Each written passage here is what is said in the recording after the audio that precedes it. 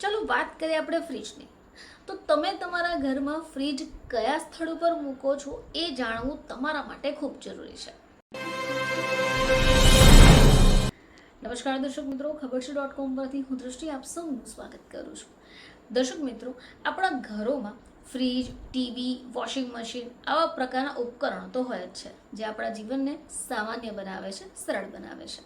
હવે આપણા ઘરોમાં એવા ચોક્કસ સ્થળ પણ હોય છે કે જ્યાં આપણે આવા ઉપકરણો રાખતા હોઈએ છીએ. પરંતુ ઘણીવાર શું થાય કે જો તમે આવા ઉપકરણોને ખોટી જગ્યા ઉપર રાખો છો તો બની શકે તમારે પસ્તાવાનો વારો આવવો પડે. ચલો વાત કરીએ આપણે ફ્રીજની. તો તમે તમારા ઘરમાં ફ્રીજ કયા સ્થળ ઉપર મૂકો છો એ જાણવું તમારા માટે ખૂબ જરૂરી છે.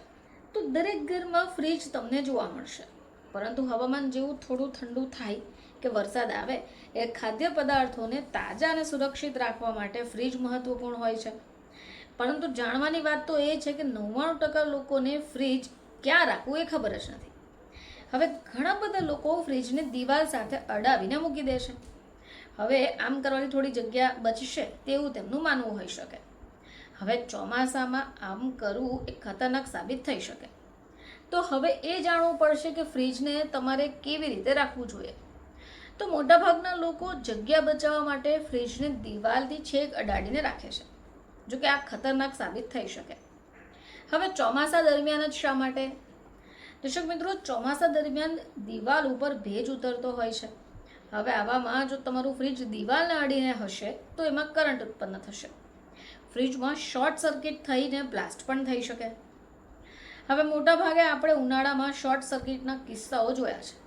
ચોમાસા દરમિયાન આ ભૂલને કારણે પણ તમારા ફ્રીજમાં શોર્ટ સર્કિટ થઈને બ્લાસ્ટ થઈ શકે. હવે આ જ કારણ છે કે તમારે ફ્રીજને દિવાલથી દૂર રાખવું જોઈએ. હવે કેટલું દૂર રાખવું જોઈએ એ પણ જાણીએ.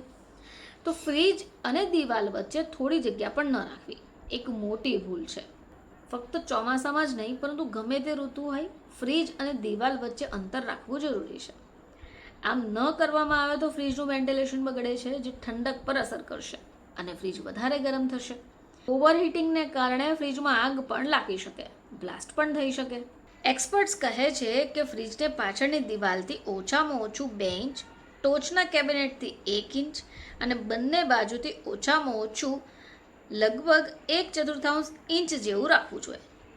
હવે સેમસંગ જેવી મોટી કંપનીએ રેફ્રિજરેટરની માર્ગદર્શિકામાં કહ્યું હોય છે કે ફ્રીજની બંને બાજુ અને પાછળ 50 મીમી એટલે કે લગભગ 2 ઇંચ, ઉપરથી 100 મીમી લગભગ 4 ઇંચની જગ્યા હોવી જોઈએ. આ ફ્રીજનું પ્રદર્શન સુધારશે અને વીજળીનો વપરાશ પણ ઘટાડે છે. તો દર્શક મિત્રો, જો અત્યાર સુધી તમે રેફ્રિજરેટરને તમારા ઘરની દિવાલની નજીક રાખ્યું છે તો આજે જ એને યોગ્ય અંતર પર ખસેડી લો. ફરીથી તમારી સમક્ષ હાજર થઈશું, ત્યાં સુધી જોતા રહેજો ખબરશે.com.